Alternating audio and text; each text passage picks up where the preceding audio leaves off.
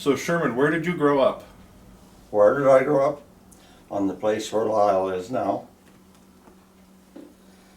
Yeah, I spent first 38 years there.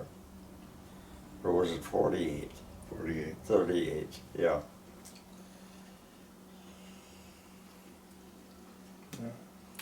What were your parents' names?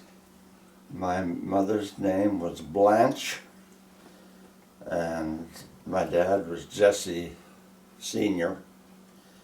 I had a brother named Jesse Jr. and another brother, Forrest, was next older than me. And then I had a younger brother, Arden. And I also had a sister, Margaret, that was the oldest one in the family. So there were a total of 5 kids then? Yeah, and they had one that just lived 9 months, the first one they had when they moved here. What was it like growing up in the house? Well, it was different without electricity, there's no doubt about that. We carried all our water in from a well that was 70 feet or something from the house. And when my folks first came in 1924, they carried water from the river and they didn't have a well at all. And then Dad finally got a hand well dug that's been in use ever since.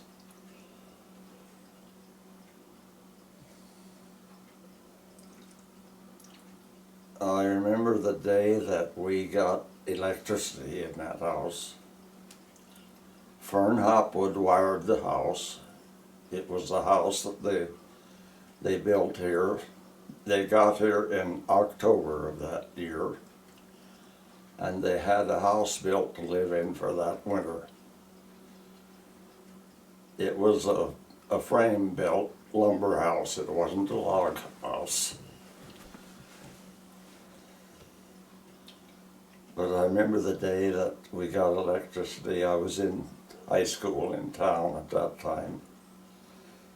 No, it wouldn't have been high school, it would have been in the grades yet. It was in 1947. And of course, in school, I heard that the power had been turned on. And I got home from school that afternoon and opened the door to go in the house. And my dad was standing there by the light switch, and he switched the light on.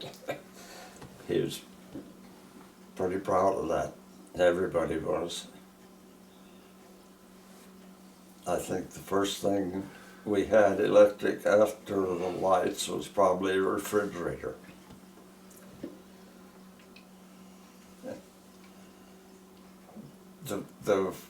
The closest I ever got to getting in a real argument with my dad was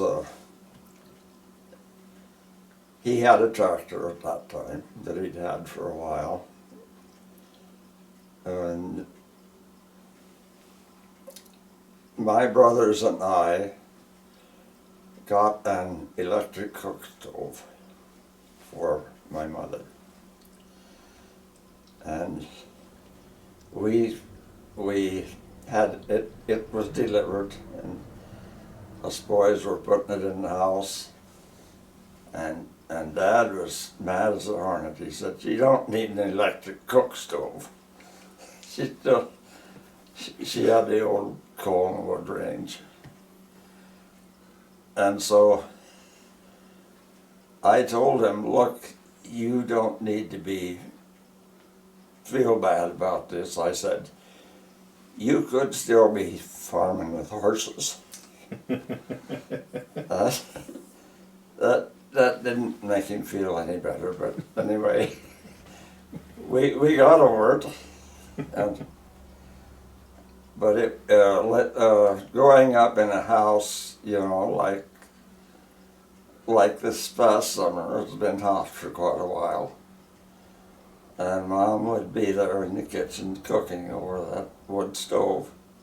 It didn't matter the weather, we had to eat. So that's the way that was. It sure improved that problem about the house being so doggone hot. Yeah. What were your siblings like? Oh, they were varied, I guess you say. Forrest, the next older brother than I, was what you would call the black sheep of the family. He couldn't get along with his dad.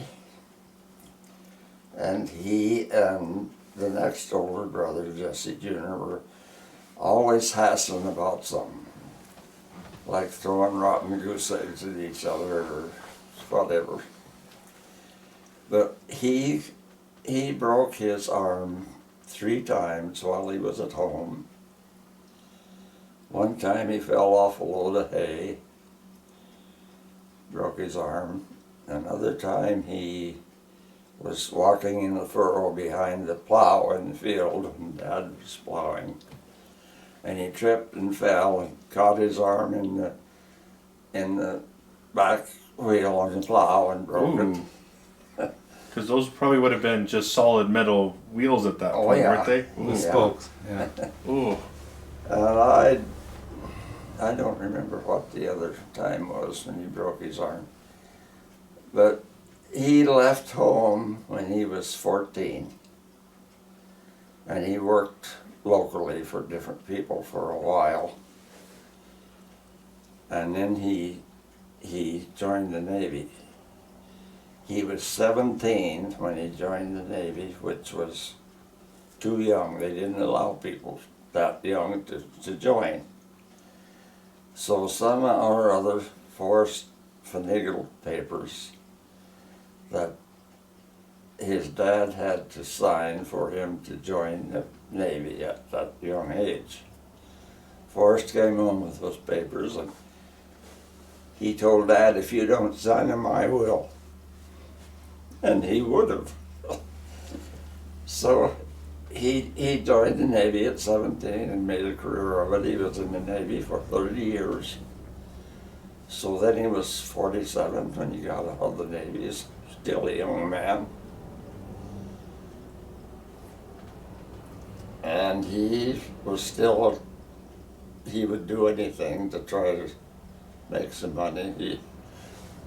But he tried a lot of things and none of them turned out, including his marriages. He was married to 7 women before his life was over. The last time he visited here, he was here for 3 or 4 days. We asked him what the name of his second wife was. He could not remember. He never did remember as long as he was here. But my older sister was the same way with marriage. She was married to 6 or 7 people in her lifetime. But I think she probably remembered their names. And the older brothers, Junior and I, stayed at home as long as the folks were there. And then I graduated from high school in 1952, and then Junior and I were on the place for a while. Junior got married soon after that, and I got married in 1959. And then Junior and I took over the farm and the folks moved into town.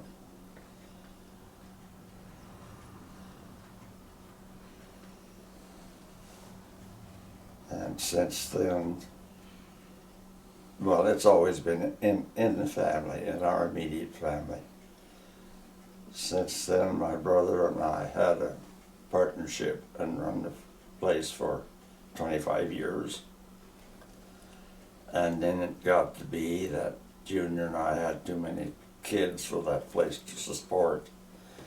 So Junior and I split up the partnership, and he moved and got land and so on close to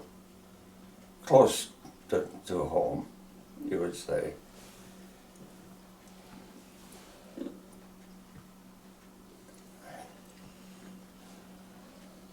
But then after Junior and I broke up the partnership, my two sons and I formed a partnership to run the place. And we had a partnership for 25 years, the three of us. And by that time, when that 25 years was up, was when about the time that Clark, our younger son, passed away. And at that same time, I had given my sons shares in the partnership, so that I was out of shares at about that time that Clark passed away. And Levi, my grandson, was ready to get into something. He had also worked away from home for long enough to make home feel better, seem better. So he got into it. He's still in it now. He's the main wheel that tells the rest of us what to do. And by the way, he has done a great job.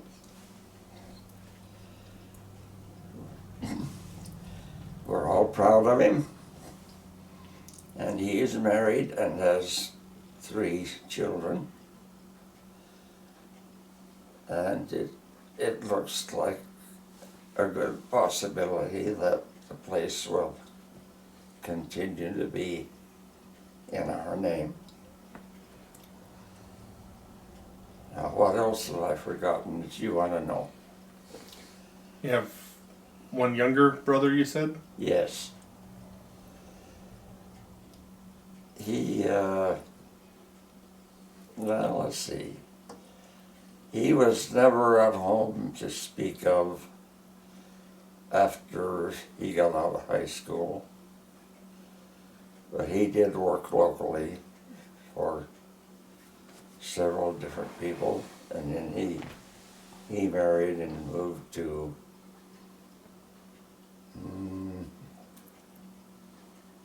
Indiana. No, I don't remember. Somewhere over there. Do you remember? No, not specifically. I think it might have been Fort Wayne, Indiana, That sounds right. Fort Wayne, Indiana. like in the early 70s. Yeah. And then he's the one that had a lot of wives. His first one lasted a while. Not like Forrest, though. He didn't have as many wives as Dad's brother Forrest. So Sherman and Jesse kind of stuck close to home and raised a family, and They the were- other 3 kind of They found were lots of people. grounded compared to Yeah. their siblings. While he was in the Navy, at one time he had to leave. He was stationed in Whidbey Island, Washington, which is right on the coast. And they transferred him to Key West, Florida. And he drove down there, he and his wife and 3 kids. They stopped at my place, or where Lyle is now. They stopped there on their way to Key West. They were driving. And he had everything they owned was in that car. And they got ready to drive on down to Key West, Florida. So his wife and I and the 3 kids and everything they owned was packed in that car, and we drove nonstop from here to Key West, Florida.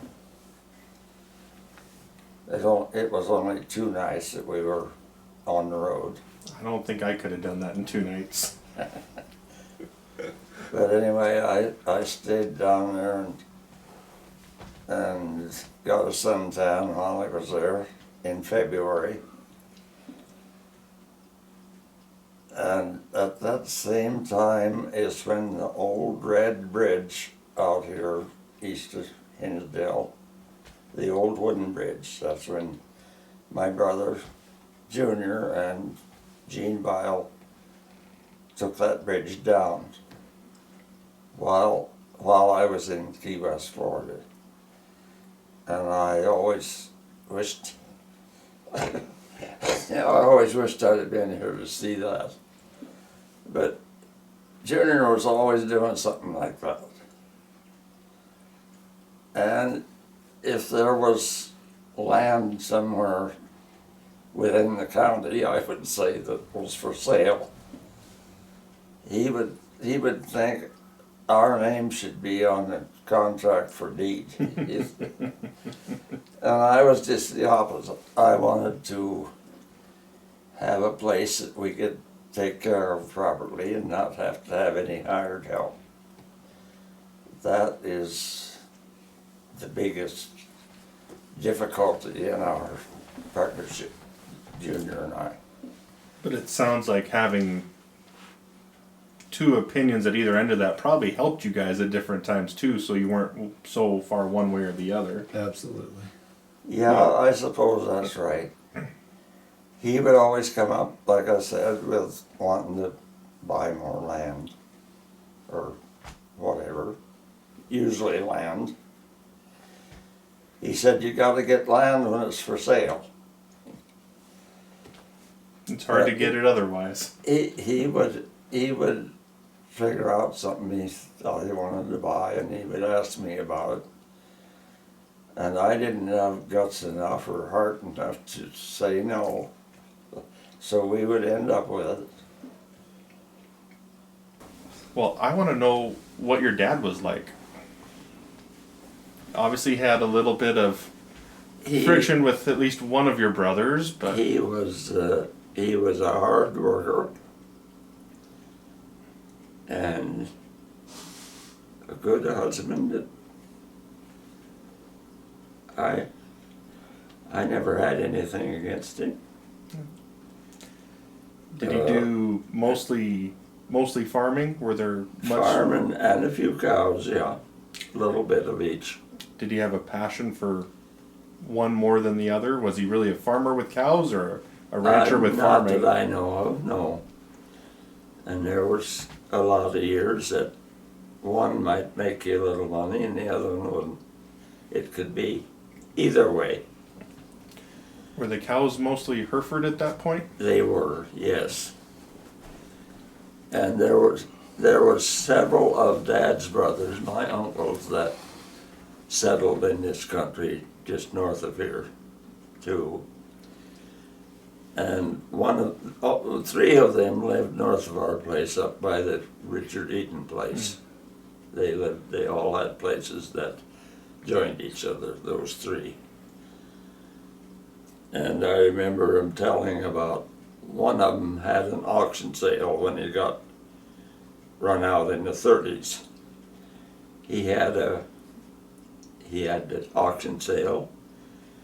When the sale was over, he had kept his team and wagon. When the sale was over, they loaded up the family and their belongings in that wagon, and they headed west. they stopped when they got to Thompson Falls, Montana, and that's where they spent the rest of their life on a tiny place there. I don't really know what they did to make any money to live on, I don't know. but there was two of them actually that lived there together.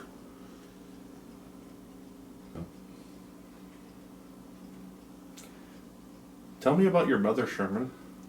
About my brothers? Your mother. Oh. Here's a picture of his parents, if you want to show it. My mother was a very hard worker, just like Dad. They seldom went anywhere except for just 3 or 4 close neighbors. One of them was Dad's brother, Thomas. Thomas was the youngest of the family, but Mom was very religious. When us kids grew up, if it was at all possible, we went to church 3 times a week.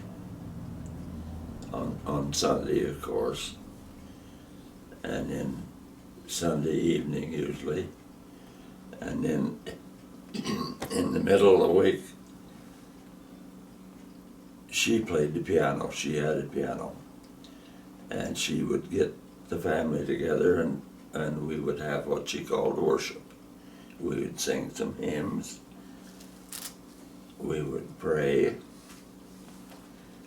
and that was about it, but it was something that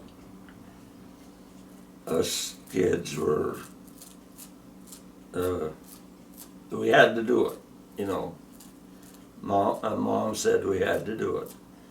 And Dad just sort of rode along with it. He wasn't all into it as deep as she was, but she went along with it. He went along with it. And she worked from daylight till dark. She helped in the field a little bit when she had a chance.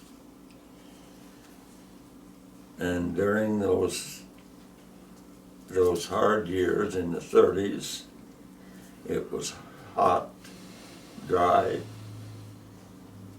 miserable. When I was born in 1936, and still today, the weathermen talk about the year of 1936. January, the month I was born, is, if I'm not mistaken, it's the coldest January on record. But she worked all the time, raised a big garden,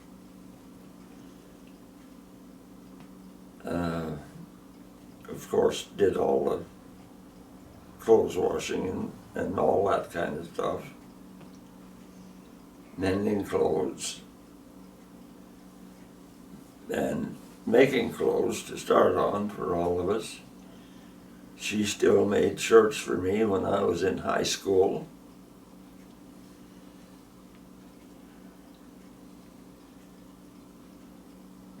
And you really couldn't wish for a better woman for a wife.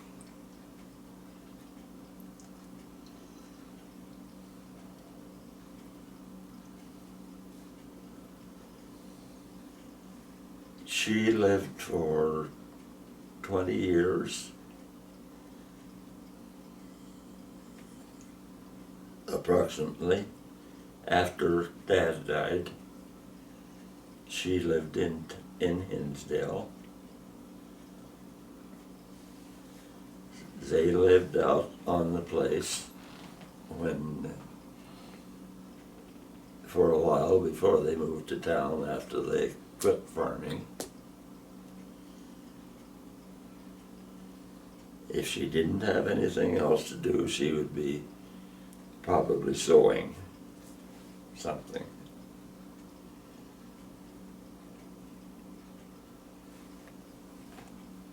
I guess I don't know what else to tell you. Was your mom a good cook? Yes. Generally speaking. She sometimes cooked things that she shouldn't have. Steve was growing up at the time that she lived in town after Dad died. She lived in town alone, and we would, of course, go in to eat with her sometimes. One time we were in there, both Junior's family and my family, and it come time to have dessert after we'd had supper, and she asked if anybody would like a piece of mincemeat pie.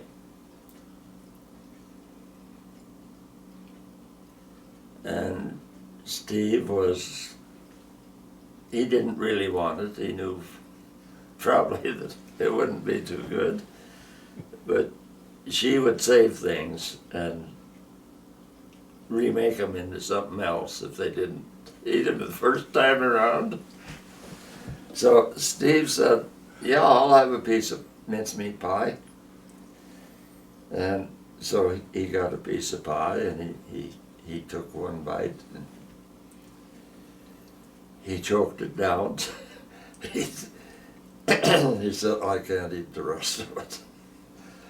But she would make head cheese, for instance. When we would butcher a pig, she would make head cheese out of whatever comes out of a pig's head. I've heard stories. I've never experienced it. I haven't either. I know there's been more than once that she had a batch of cookies that got old, before the boys ordinarily ate up cookies. That's kind of a known procedure. But she had cookies and they got stale, and they were left, and she would not throw them out or give them to the dogs. So she ground up those cookies and put them in the batter for a new batch of cookies. Of course, that didn't do any good for the taste of the new cookies. And so that's the way it was. She and one of her brothers were just that type. They could not stand to give anything away or let anything go to pot without using it. What was your favorite meal that your mother would cook?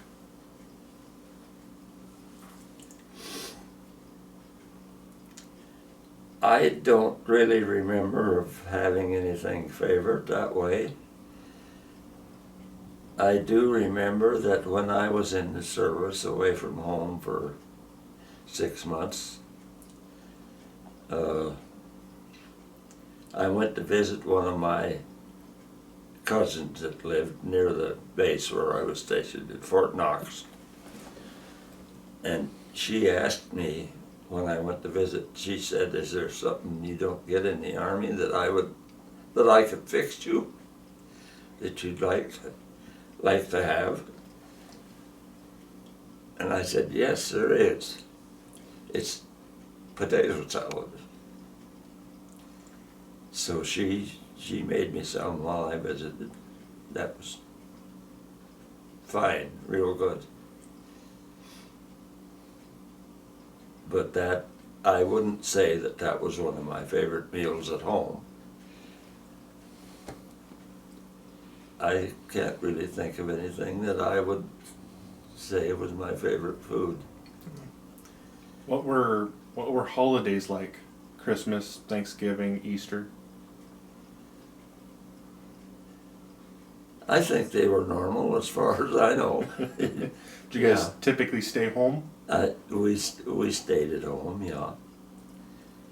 I remember one Christmas, especially when I was pretty small, didn't realize that Santa wasn't real. And Dad always had a bucket calf or two that he would go out in the evening and feed the milk from the evening milking after he had separated the cream. He went out this one evening, this Christmas Eve, he went out to feed the calves normally, and the rest of us were in the house waiting for him to get done, come back in, and we could open our presents. So before he got back in, the pans rattled in the kitchen, and here comes Santa Claus. He'd come down the chimney and rattled the pans when he got there. So he came in and he sat down, I guess, and looked at the gifts, and he'd read the name, and he said, "Oh, here, this one says Forrest. That must be you." You know, and I never caught on that it was Dad.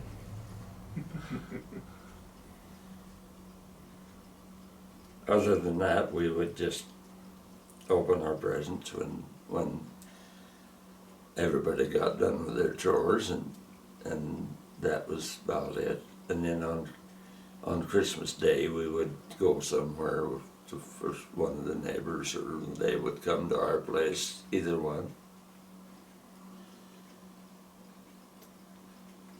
Did you know your grandparents?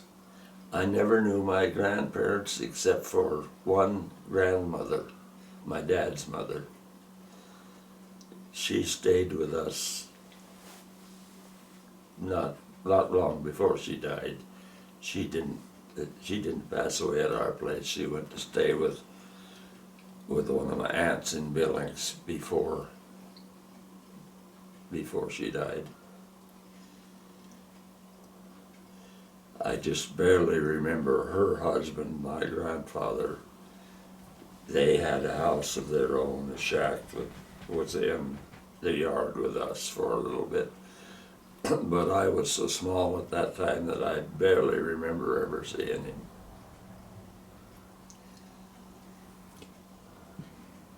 Do you have memories of when World War II was going on and if that affected the people around you? When what was going on? World War II?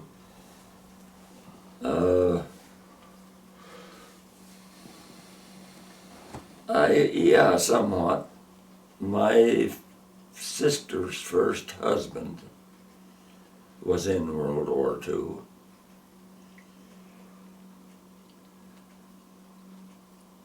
But I never talked to him about it enough to remember anything about it or even know what he did.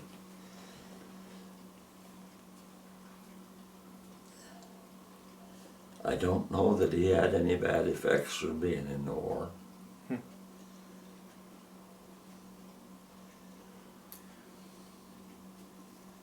When did you start going to school? I started going to school when I was 5 years old.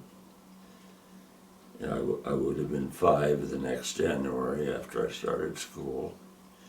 That school was in the country, a country school, and it was located across the river from where we lived.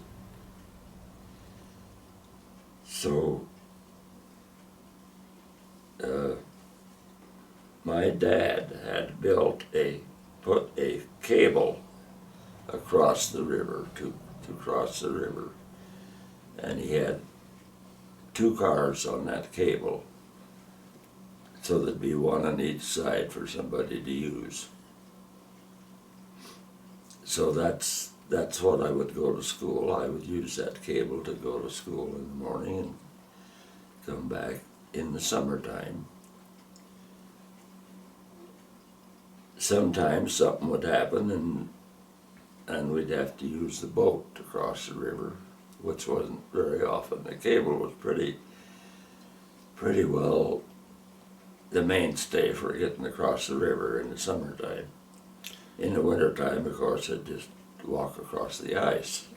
So with the cable, were you just walking across the river and you just holding the cable as you went, or how did that work? No, the cable had pulleys on it. There was a car on Okay, pulleys. so there was a little Yeah. car that you could get in and just pull yourself across? Yeah. Okay. Yeah. It had a rope that run through it so you didn't run your hand through the cable and the pulley.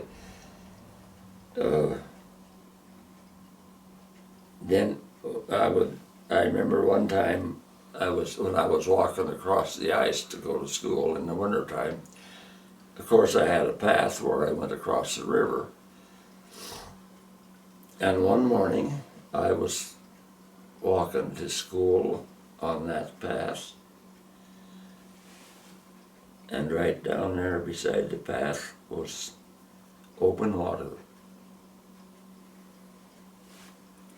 Nobody knows why. There just happened to be a current there for some reason that cut that ice all out there. That's a good example of how dangerous it can be to drive on the ice in the wintertime.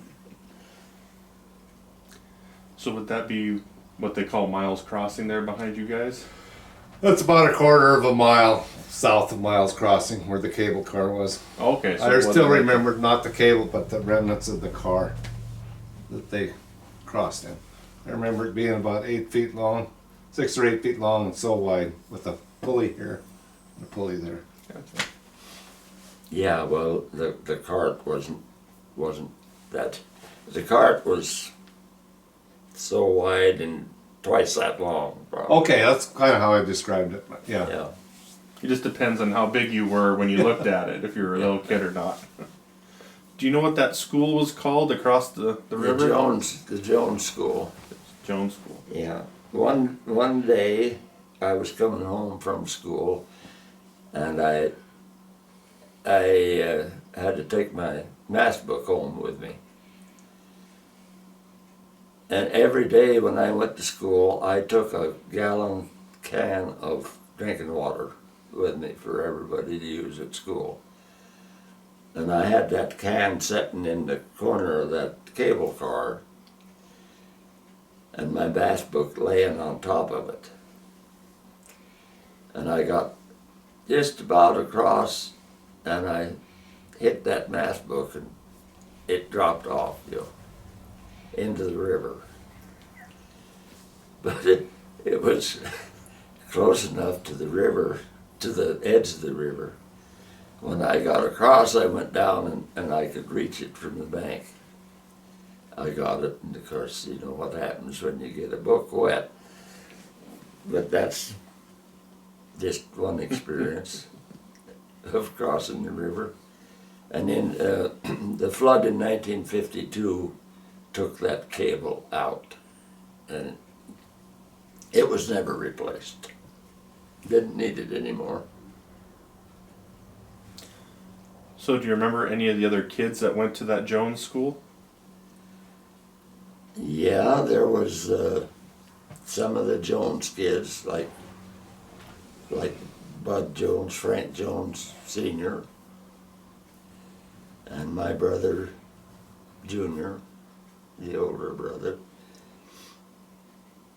And there was several kids from my side of the river. There was Estenson kids, I'm sure you've heard of them. And there was some Hughesby kids that were relatives of my sister's first husband.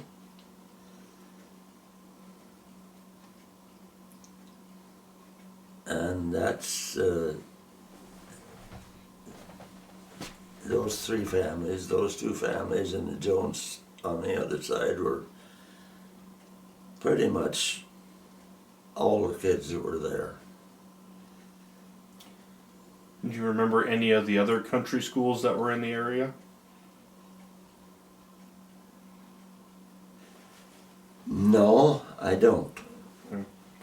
I've always kind of wondered where they call it the Swanson Schoolhouse that Kelton and Sharon lived in. They say that was north somewhere and then moved down there on Beaver Creek. I've always kind of wondered exactly where that was, but I'm not sure if that's the same as the North Bench School where Sydney went to school or not.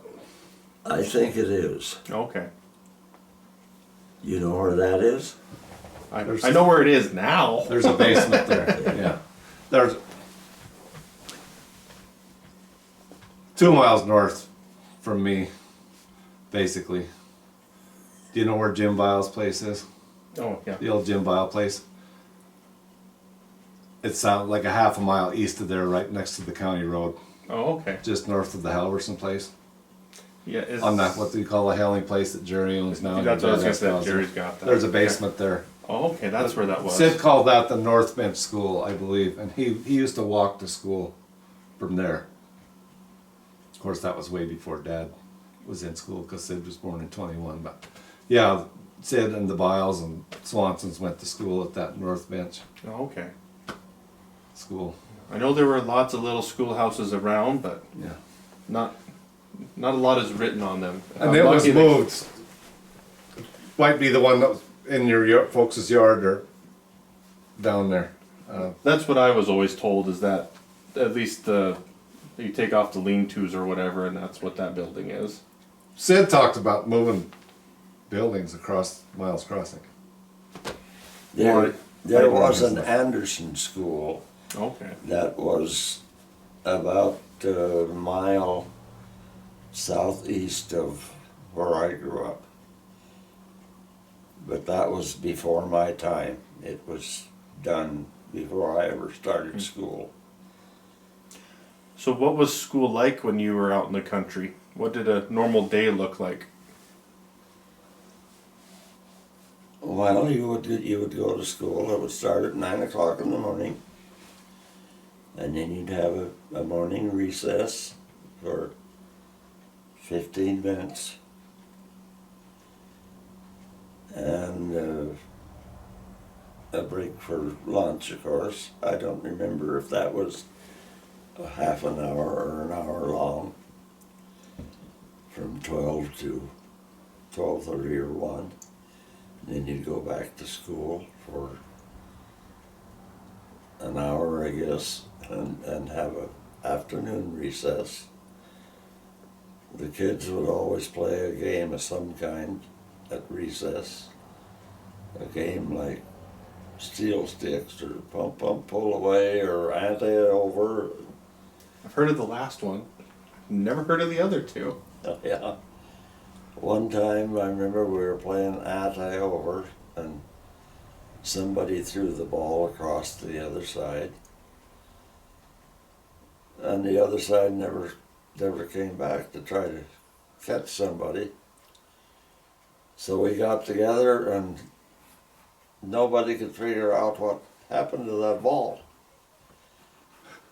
Well, we went and looked in the stove. It had gone down the chimney. Oh no. That kind of ends that game, doesn't it? Yeah.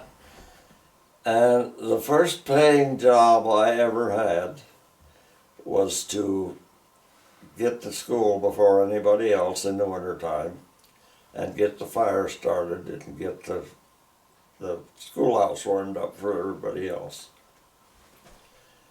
Well, one time my dad walked over to the schoolhouse with me for some reason, I don't know why, but we were over there, and the animals had a den, I guess you'd call it, dug underneath the schoolhouse, the hole where they went in. So my dad went up to the ice pile with a shovel, and he carried several shovelfuls of ices over and put in that hole to keep things from going under the schoolhouse. Well, I didn't know any better, so when I went to school to start the fire in the morning, I took the ashes out and I put them by that hole. Keep it plugged up. Well, here we went to school that morning, everybody, and we'd been in there quite a while. somebody said it's smoky in here. And we all agreed, yeah, it is. So I went outside to look around, and there was flames shooting up the side of the schoolhouse. Never But heard that before. I went and got the water bucket, the drinking water bucket, and I got the fire out with that gallon of water. You're pretty lucky that's all it took, because I'm Yeah. guessing there wasn't any more water around. No water around. And so then I got to walk over to Jones's place and get some more drinking water after that happened. So where was Jones's place on that side of the river? It was just up the river a little ways. Okay. About I don't know, maybe 3/4 of a mile from the school. Okay. They walked to school all the time. And I know that I always have a hard time connecting the two sides of the river. I kind of know when I'm on one side where I'm at, and I know when I'm on the other side, but I can't quite tell what's across. I'm assuming this is all kind of in the area of like the old Melby place? Or is that not quite right where It'd be all north of there. be north of there, Yeah. going back toward Yeah. into Hinsdale livestock? Yeah. Okay. Yeah. I wanted to make sure I was in the right bend at least. Our neighbor on the west is Hinsdale livestock now. So who all were your neighbors when you were growing up? I'm assuming there were a few more back then. Well, not really. I was kind of a loner. I blame that for me being like I am, not a good tucker, because I pretty much grew up by myself, except the only ones that I haven't already mentioned, I guess, were the ones that went to school there, and then Tom Lacock, my uncle, had a big family, and we got together a lot. And they had kids my age, and both older and younger. That's and then the Estensons.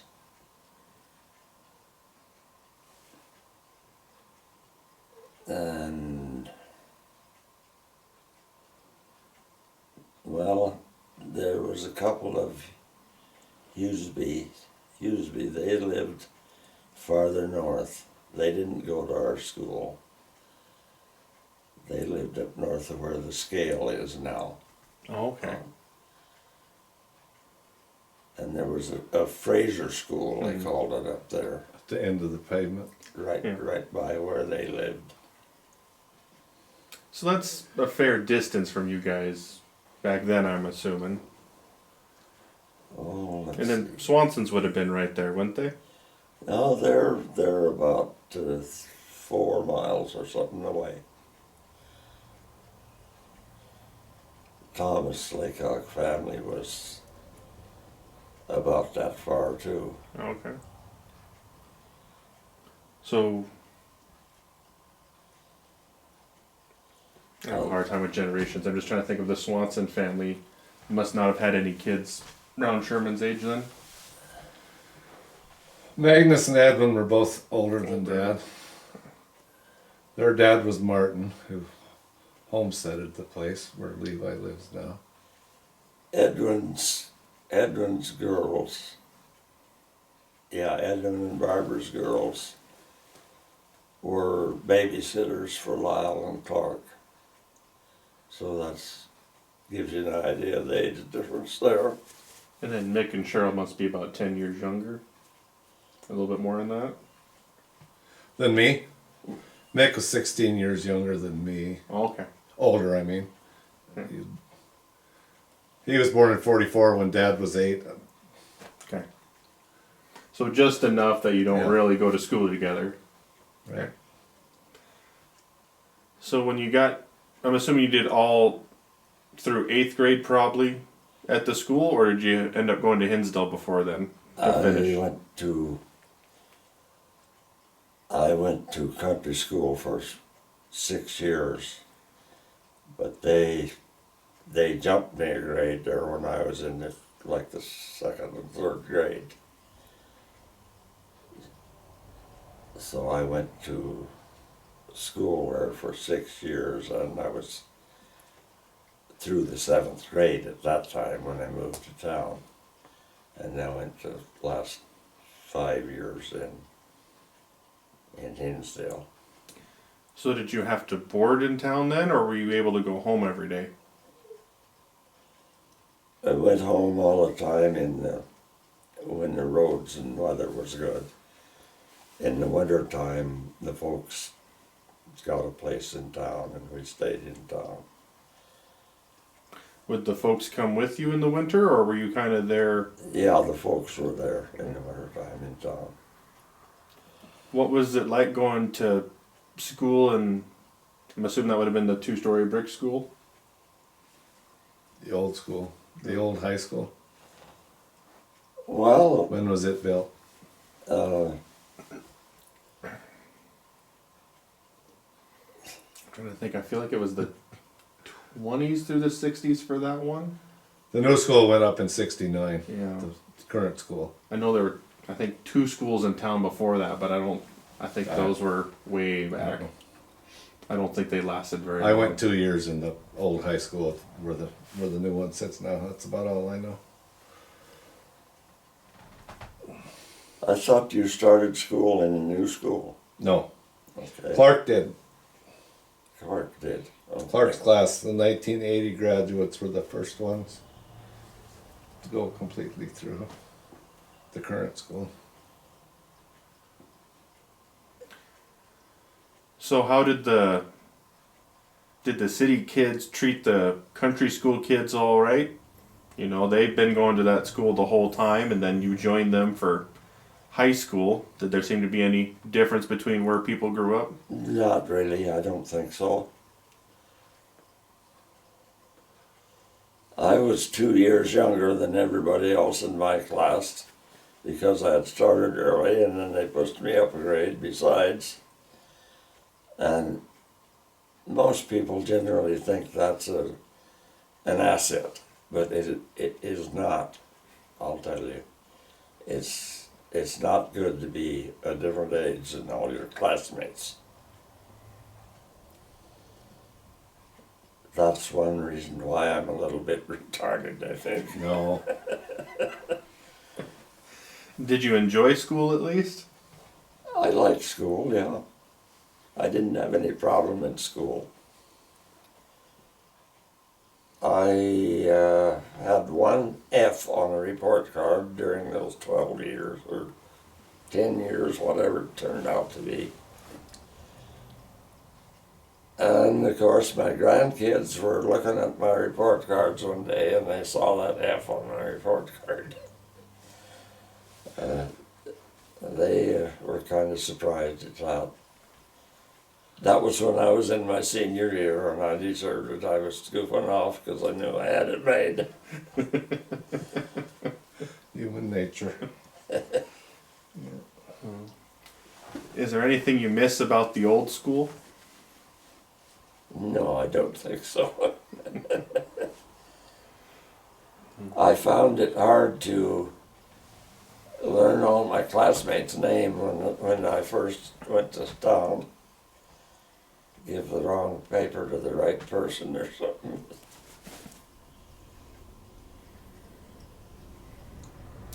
Well, I'm assuming there was a lot more of the old buildings and a lot more businesses in town. What was in Hinsdale that there isn't now? Well, there was a couple more gas stations. There was the old ice house that Guy Seeley run and put up ice every winter and sold ice and delivered it around in the summer.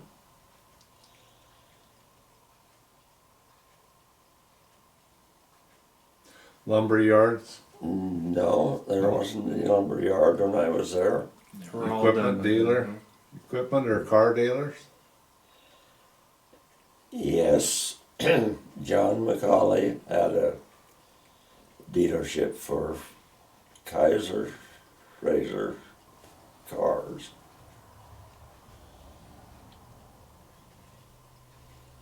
Of course, the old bar and hotel where Morris Denham was, and there was a barber shop, and the other hotel over there behind the bank. The bank has always been there as far as I can remember. Was there a cafe in town? Yes, there was. Grady's had a cafe there for a while. I remember what my brother said about that. He said, well, when you come out of Grady's, you're not hungry. You might not be full, but you're not hungry. It's horrible. I can imagine the Philip was the proprietor and cook. And then Donna Campbell, Donna Christensen, or whatever, you know who I mean. They had a cafe in there for a while. I believe her name was Campbell at that time.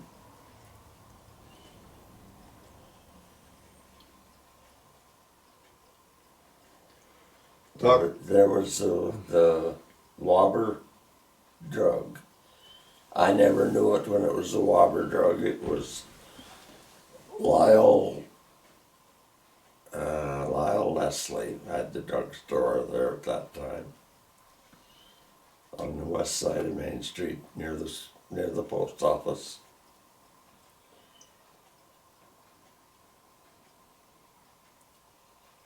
And down the street there was a Rainbow Bar, and on the other side was the bar that Albert Seeley ran. That'd have been the Palace Inn over there next to the Masonic. Is that what you're thinking of? Yeah. And the Legion Hall was up there by the school.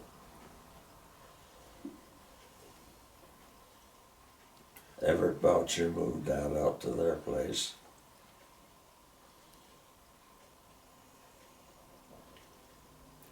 What was the old Legion like? It was just one big open building with a stage at one end.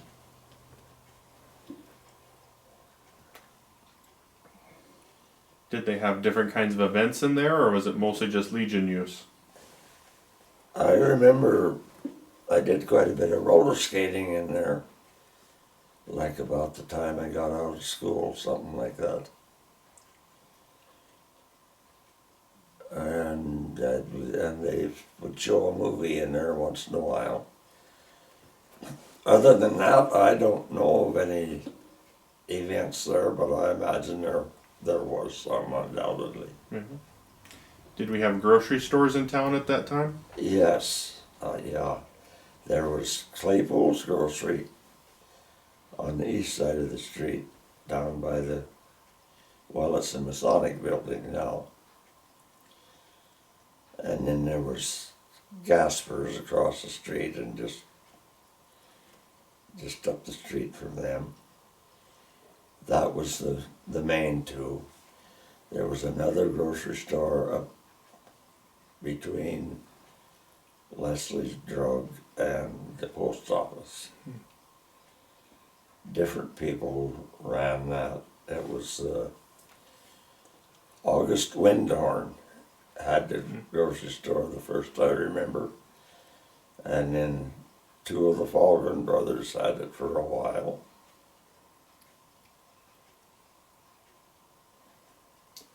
How were the grocery stores different back then?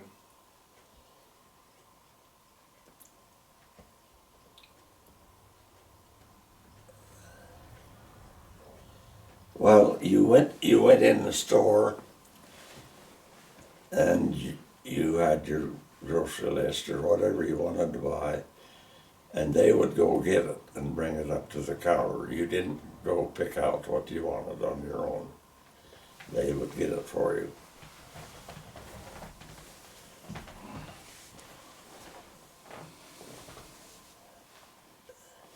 Was Claypool's more of a general store? grocery Yeah, store? a little bit more. They had shoes, I remember, and some other clothing, like maybe coats, but not, I don't remember having any, like dresses or underwear of any kind.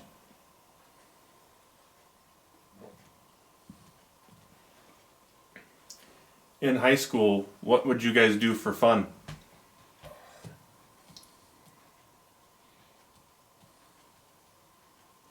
Well, there was basketball, was the main, I think that was about the only sport. They may have done football part of the time. And was that old gym, was that the one that was kind of like a half level down, like it was almost in a partial basement? Yeah, right.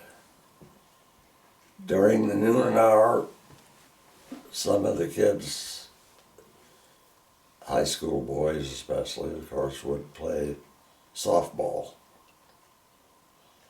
on the school property.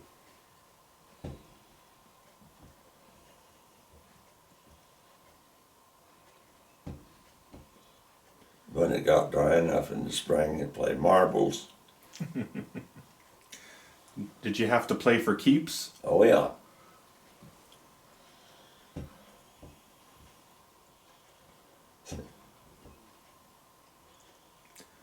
What other teams would you guys play for basketball?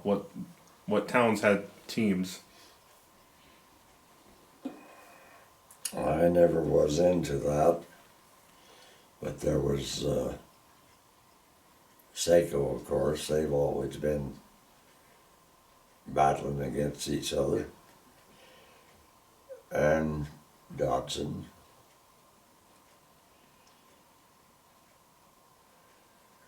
And I think Whitewater. And I think Opine and Fraser for sure. Everybody would try to be especially careful when Fraser came to town.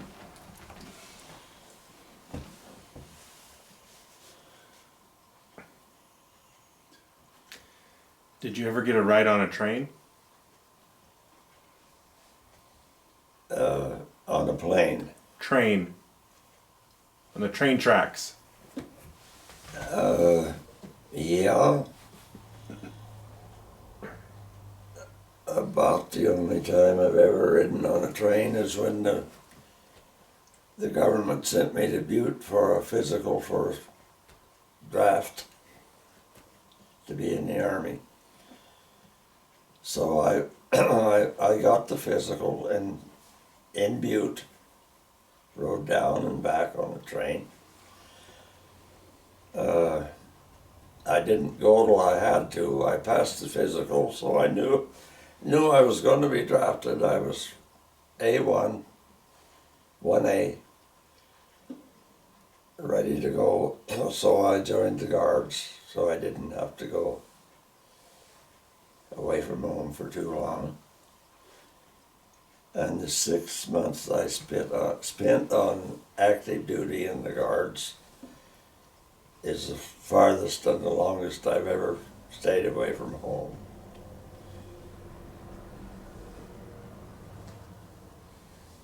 And I hated every minute of it. Talk about the car trip home from Fort Knox.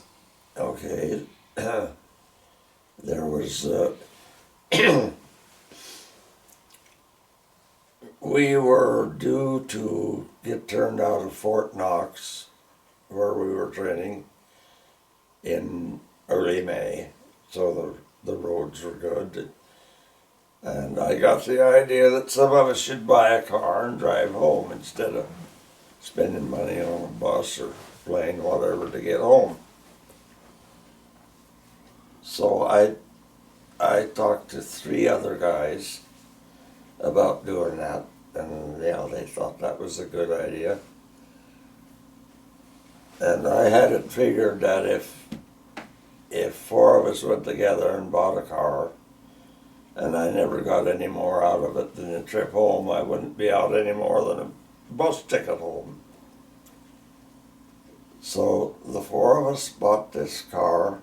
It was a 52 Ford, and that was in 1958. So it was a 6-year-old car now. And the car was good. We never had a minute's trouble with the car. But I was the first one to get off when we started people getting home. I was the first one to get off. And the other 3 took the car on, and I had one of the buddies lived in Winnett. He was the next to get off. And then there was 2 more out along the coast.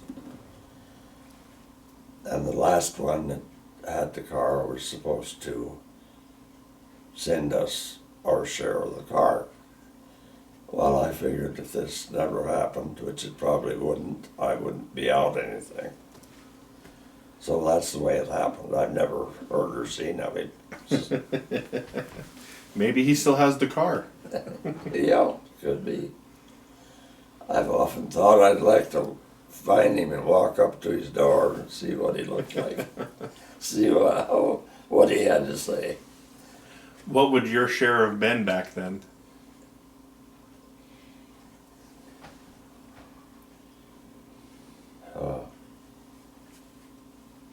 I suppose the car cost, I'm just guessing, maybe $800.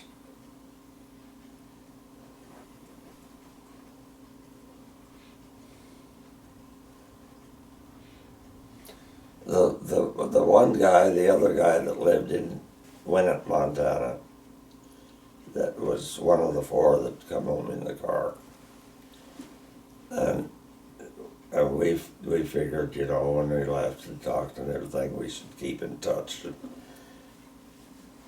But we never did until 25 years later, after we had gotten home.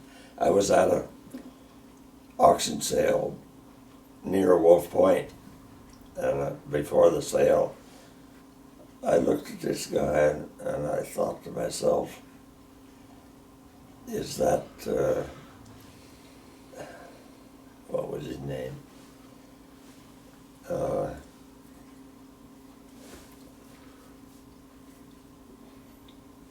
Roten was his last name. I'm as bad as my brother, but I can't remember names. Anyway, I looked at this guy that was at the sale, and I thought, I'll call him Joe. That wasn't his name. I thought, is that Joe or not? And then something happened. I got talking to somebody else before I talked to him. So I was talking to this other guy, and here comes a tap on my shoulder. And I looked around, and he said, "You're Sherman, aren't you?"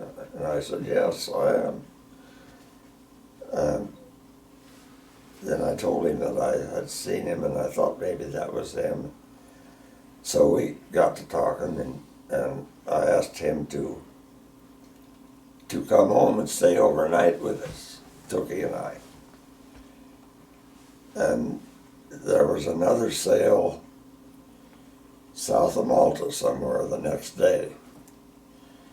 So he came and he stayed overnight with us. We had a good visit, everything. The next day, we took off and went to that sale south of Malta, and then he went back home the other way after the sale. But anyway, I said, when we left, I said, we need to get together and keep in touch. He said, yes, we do. And so he went home and I went home, and time went by, and finally one fall day I decided I'm going to go see him, drive to it, and I called to see that they would be home.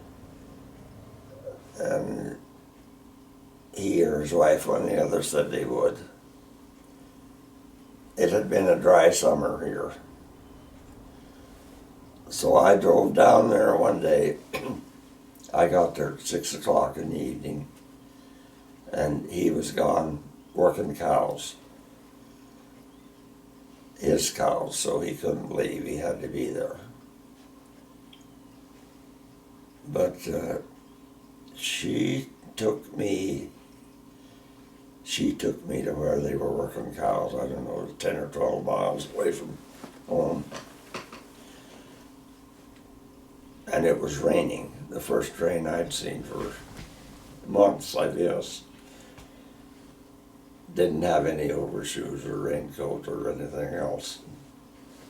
So she left me off where they were working cows, and I stood around there and helped them or got in the way or whatever. And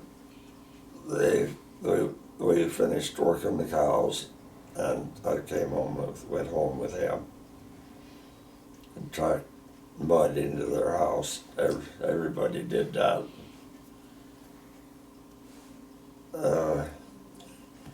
So then I stayed overnight with him that night. And the next day that happened to be 25 years after I had met him over here, and he stayed with me. So the next day there was a sale right close to his place. So he and I went to that sale, auction sale. Just auction buddies, huh? Yeah. And it got to be, I don't know, 2 or 3 o'clock in the afternoon, and I needed to get home yet that day. So I told him, I said, I'm going to take off and go home. I told him, I said, it's your turn to come and see me now, but you probably better not wait another 25 years. So then Dick and Jad Marshall were neighbors of him down there at Winnet. So he was pretty far north then. I kind of... Because they were up at Two Crow, which is about as far north as you can get for Winnet. So I kind of kept, and they were good friends of this Joe and his family. But they kind of kept track of him. So I kept track of him more or less through Marshall's, and that was it. And one day Marshall's came out here and they said, we've got some bad news. Joe jump-started a tractor in gear, and it ran over him and killed him.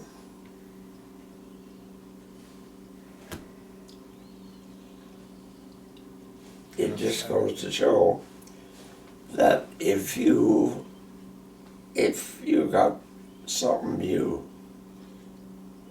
need or want to do, you better do it. Make time to do it. Don't just wait for it to happen.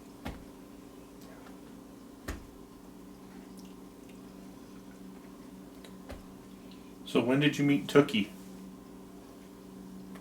Oh, I met her in Glasgow on the street about 3 years before we were married, which would have been in 1956.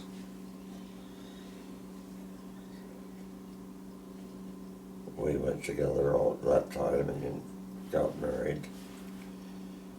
We had been married for 63 and a half years when she passed away, which is a good start.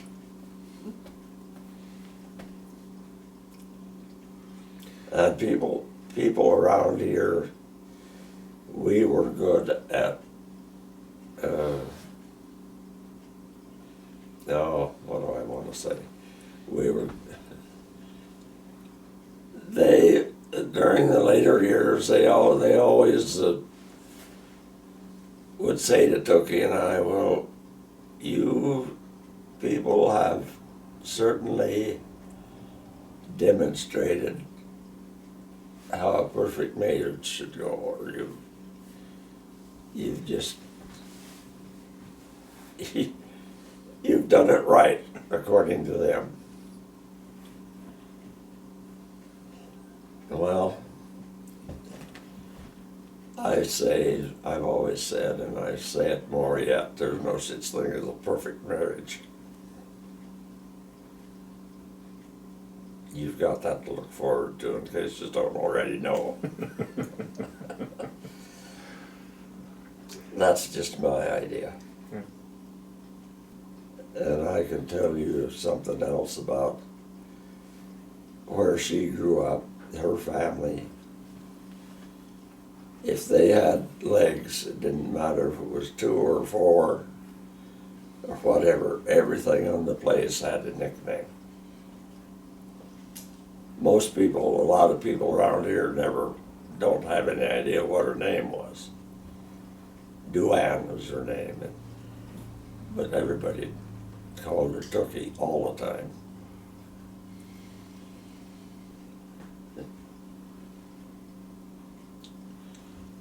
She kind of had a prankster side to her. She did. What were some of her best pranks that she pulled? I'll tell you some more here. After she was married, after we were married, she told me that her family, her folks and her, called me Dingo Britches. A term of love and endearment, right? You had to have a nickname. Yeah. If you were here and she was here, after today she'd have a nickname for you. Her dad could get off a plane or whatever in New York City, walk down the street, and within 10 minutes he'd be talking to somebody like they were the next door neighbor. He was just that kind. After he met my dad, her dad said, I don't know why it's so hard for that old guy to say something.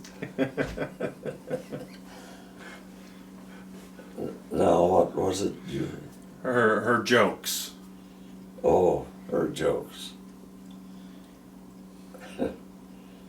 I'll tell you a couple of most popular ones, I guess. One time her cousin was here visiting, and she came up with the idea that there should be a rest area along the road up north.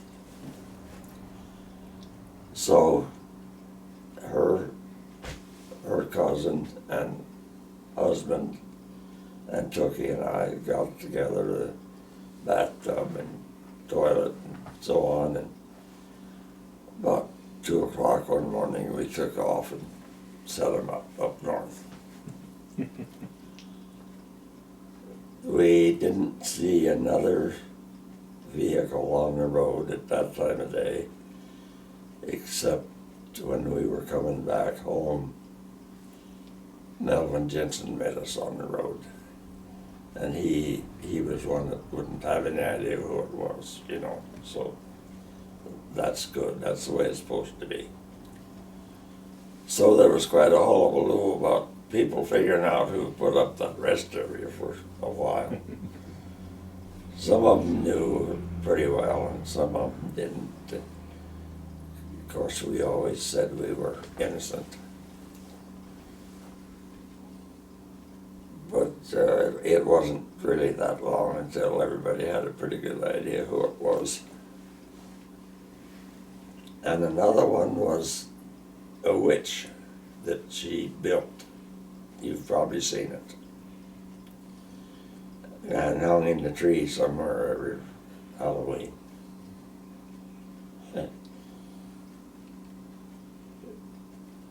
So, I don't know that either one of them was really a prankster. If you want to talk about pranks, you need to talk about what they did Donnie Tam on Halloween. Tookie and Sharon Swanson and Lyle's wife Linda got together one Halloween.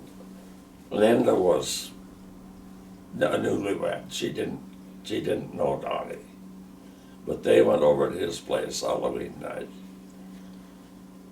And one of the Halloween nights, they took a spare truck tire that was laying there on the ground or something by the truck, and they put it in the cab of the truck.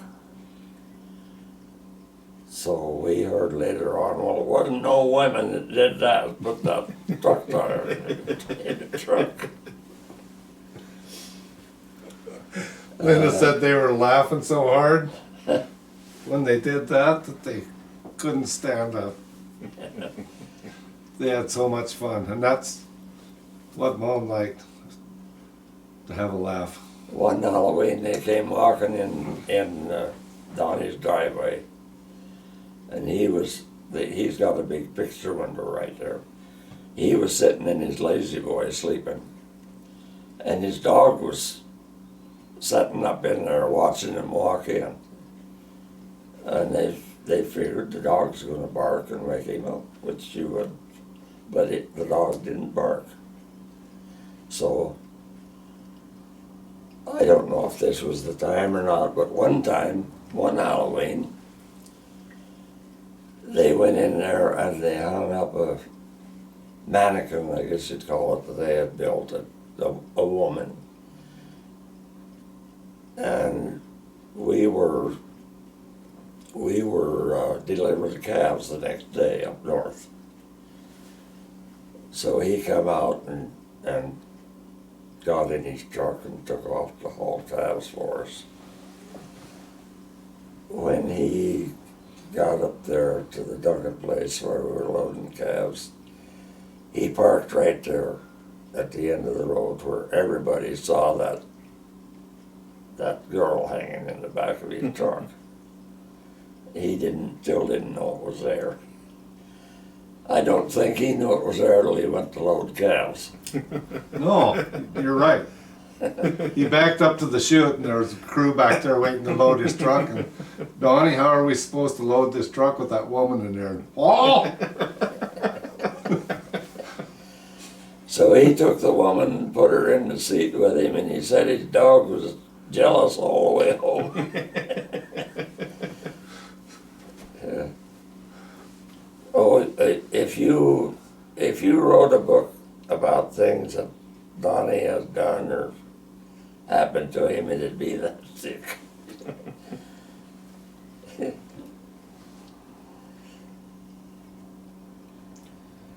Well, they're tearing it down now, but do you remember when the elevator in town was operating and people would sell grain through it? Yeah, I hauled grain in there and cycle.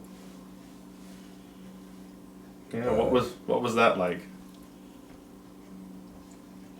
Well, everybody, most people had a 2-ton truck they hauled in there with. A lot of people hauled grain in there and pickup also. But you would go in there, and during harvest, there'd usually be a waiting line. You'd sit there and wait and get up there finally and unload it. And get the ticket. You'd have to unload it yourself. And that was about it as far as the elevator is concerned.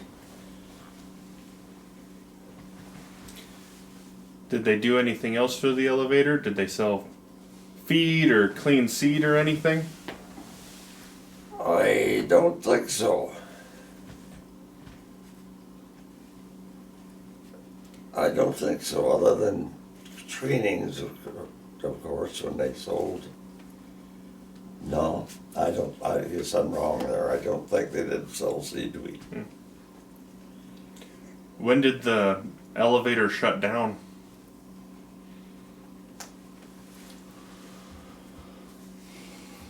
Wilbur Stuff was the last operator. Not to correct you, was it Reuben Giese?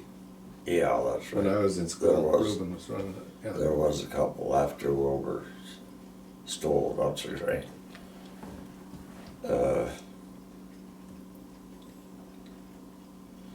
Wilbur Stuff was a personal friend of ours. He was actually my school teacher the first year or two that I went to school.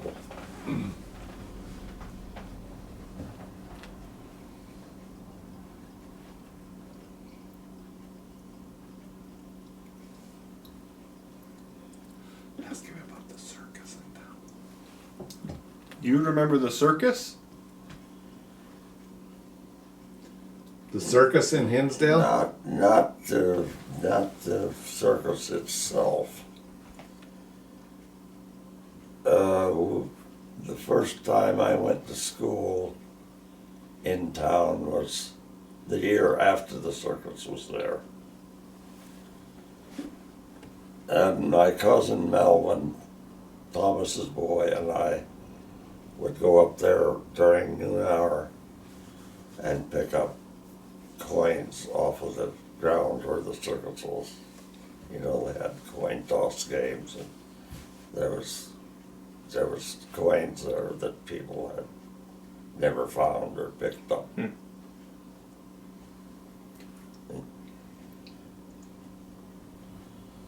Where was the circus set up? Where were you picking those coins up?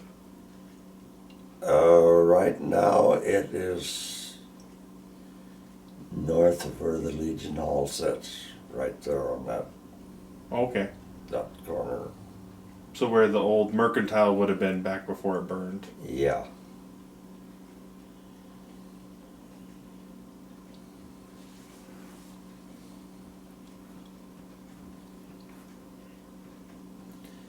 Did people ever really raise any crops other than wheat, or has it pretty much just been Wheat and barley, mostly like it is now, yeah. There weren't any lentils or that kind of crop.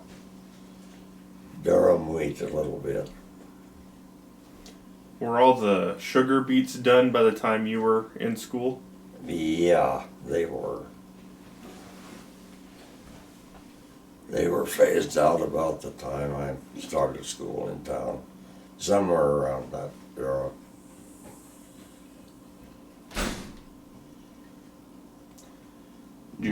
My older brothers got into a little bit of beet topping, I believe. Do you remember there being really any sheep in the country? My Uncle Thomas had sheep, and the Ulsterns, I remember.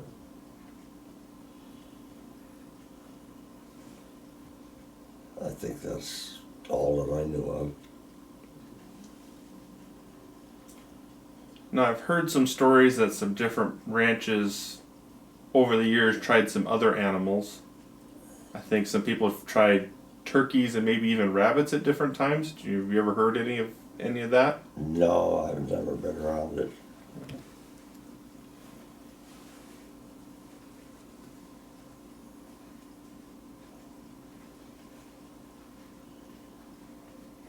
What was the 4th of July like? Did they do stuff before they started Milk River Days in '76? Oh yeah, they've always had a rodeo somewhere. I don't remember ever going to one, but I remember talking about it.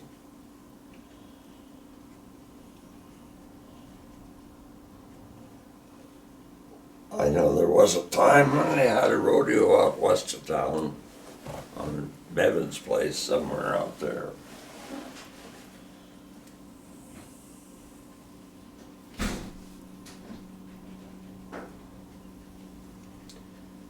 Do you remember when the depot burned down? Yes, I do.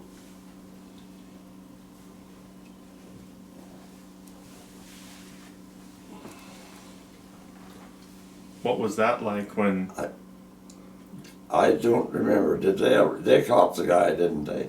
they caught him later, yeah? That's about all I know, I guess. You weren't riding the train, so it wasn't a huge thing for you? No, I didn't get interviewed about it. Would you like to talk about Dr. Cockrell? Well,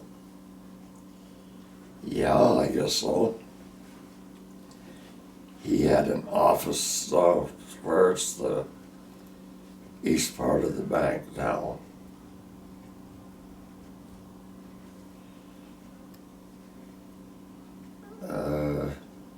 I was actually delivered by Dr. Cockrell, I believe.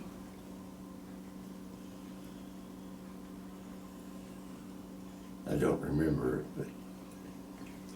but I thought maybe you had stories about him. I remember his office. It's on display at the Pioneer Museum. Yes. oh yeah. I've heard from a few people that he really enjoyed taking out tonsils. Oh, I never heard that. You must have saved yours from him then. I think he liked to do it if they needed out or not. Do you want to talk about your neighbors, the Fulgrens, across the river from where you were raised? Well, Carl Fulgren and Irvin Fulgren were both neighbors of ours across the river, both of them. They were not much neighbors in the summertime, but in the wintertime when we could walk across, they were closer neighbors.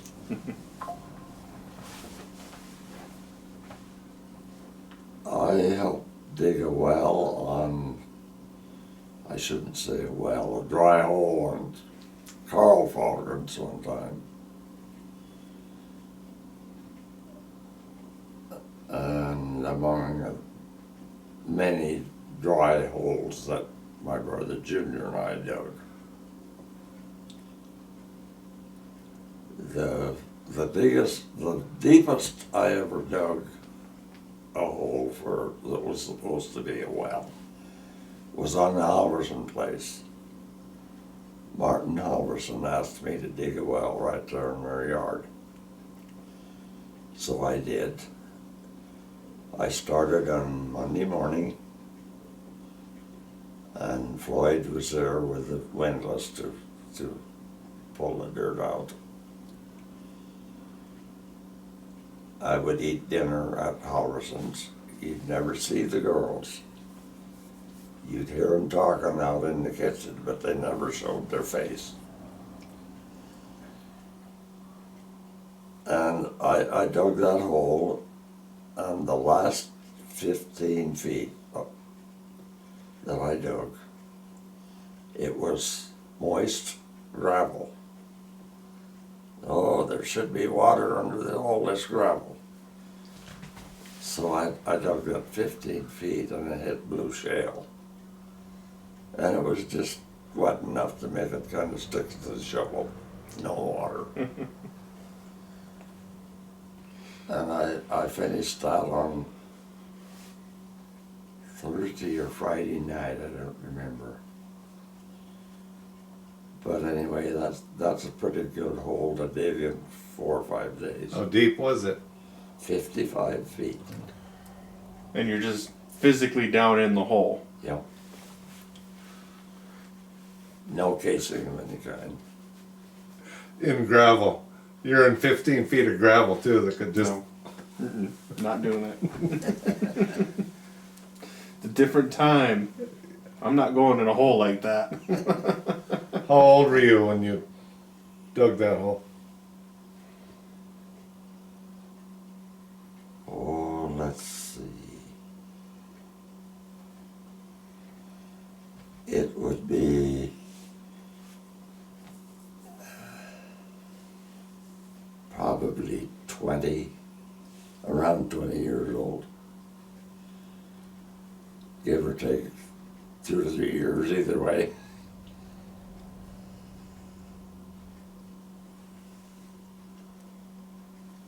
And another Irvin Falvern, and he lived closer up near to the Jones School, closer to our place. And I remember very vividly the day that his dairy barn caught fire. It burned to the ground, and he moved his cows up to Blues, that's they called, and quit dairying. Moved away shortly after that. But we heard that his barn was on fire. So I jumped in the boat and I rode down there to his place. It's only half a mile or so down the river from our place. And I went up there and the barn was burning, and it had burned electric wires, so they didn't have any electricity. So I got him to get a fireman going and lifted me up and cut the wires to the barn, so they had power there everywhere else then. And that was cut and dried. The barn and everything was gone. There's nothing you could do about it. So he had to get the cows out somewhere right away.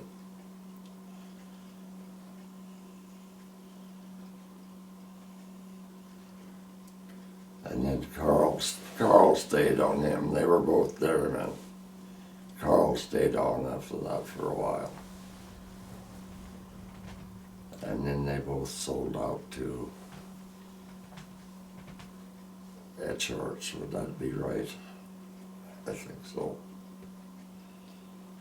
Were there a few small dairies in the area? Mixes had a dairy too. They probably, let's see, Mixes I think probably quit dairying a little earlier than that.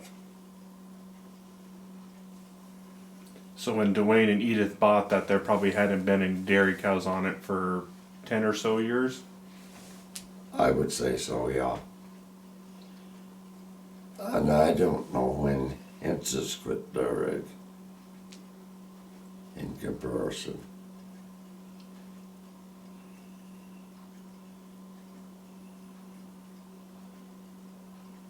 Yeah, can you imagine if we had a bunch of dairies and beet farmers and everything still around here? And,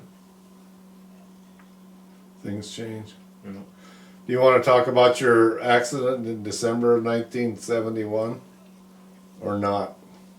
You're not obligated to. Well, it'd be all right, I guess. That's when my brother and I were in partnership. And we had enclosed an area down in the point of the river where we lived.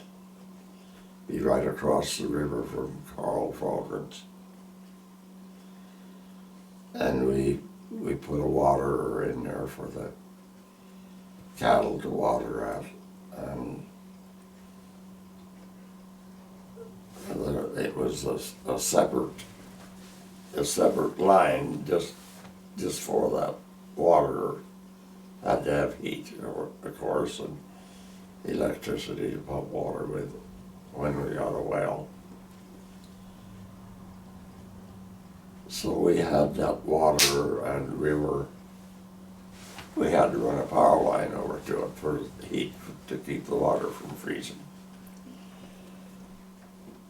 And the meter pole and the transformer pole were one and the same, both on the same, which they don't allow anymore.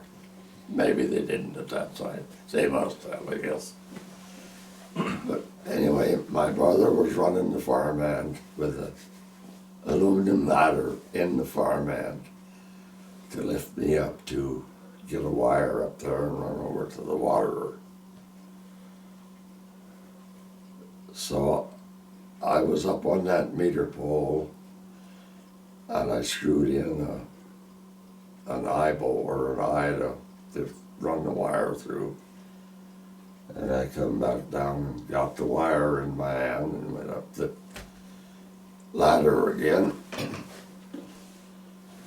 I was up there on that metal ladder with this wire in my hand. And somehow, nobody knows how or why, I touched that wire on something that was mighty hot. The main line. The main line, the main power line, where you see two wires coming in. And I didn't know I even did it, you know, it knocked me out right then. But I fell down that 30 feet or whatever it was into the plank corral fence and an old stove that was sitting there and rose bushes. And I hit the ground, and now I don't remember any of this. This is what I've been told.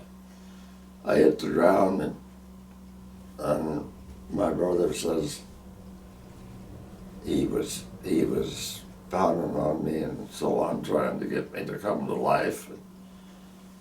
And he said I was cussing and raising neck, and he said, well, that's the first time I ever enjoyed hearing cussing. But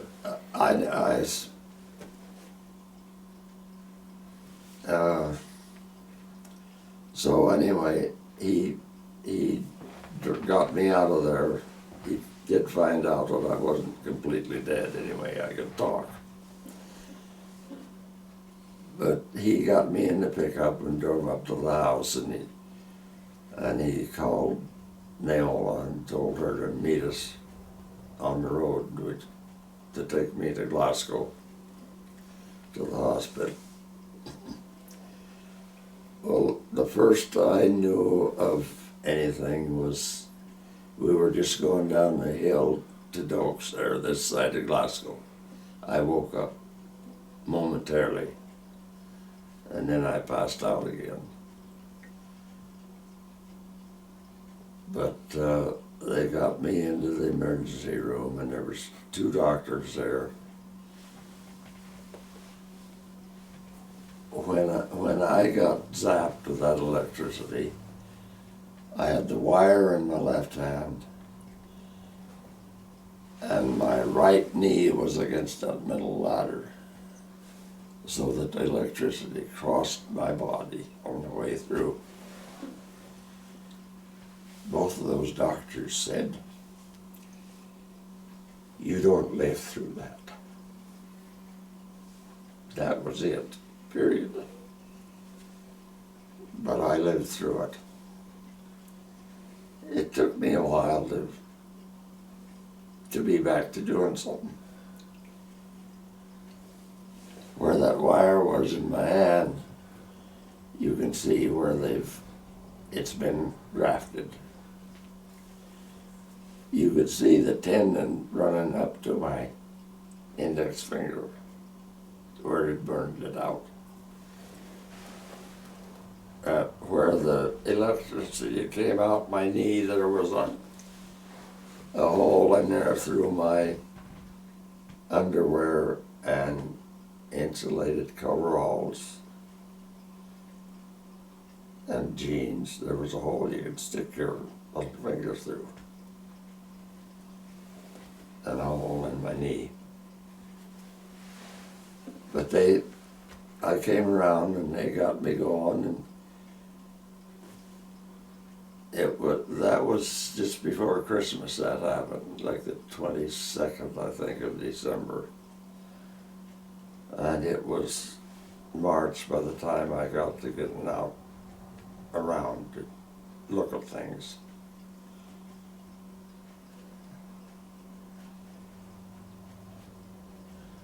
That's one of the about 10 lives I've used in my lifetime.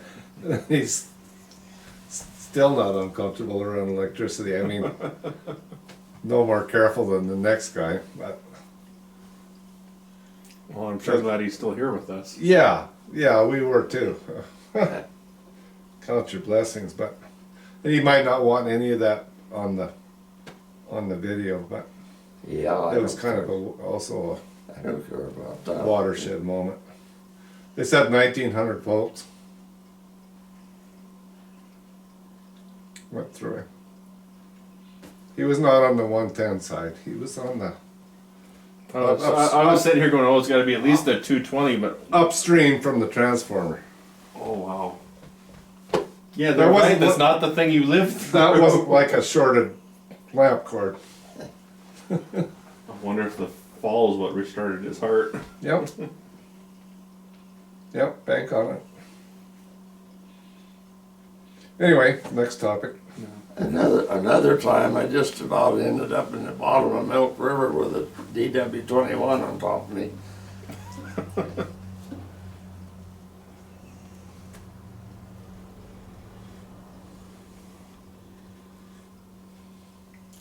Well, I think I've gone through pretty much all the questions that I have. So if there's more stories you want, you're welcome. But I've gone through pretty much my standard set of questions.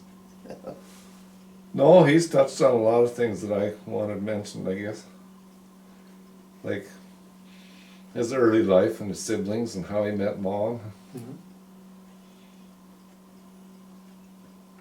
There any other stories you would like to tell, Sherman?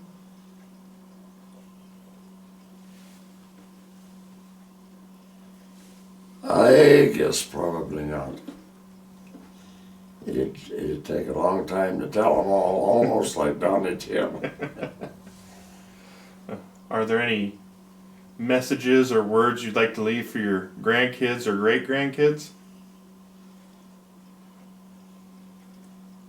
Well, I guess just like I've already said, if you got something you need to do it.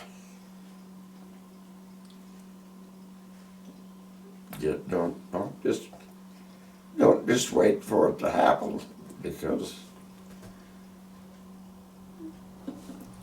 there may not be a tomorrow.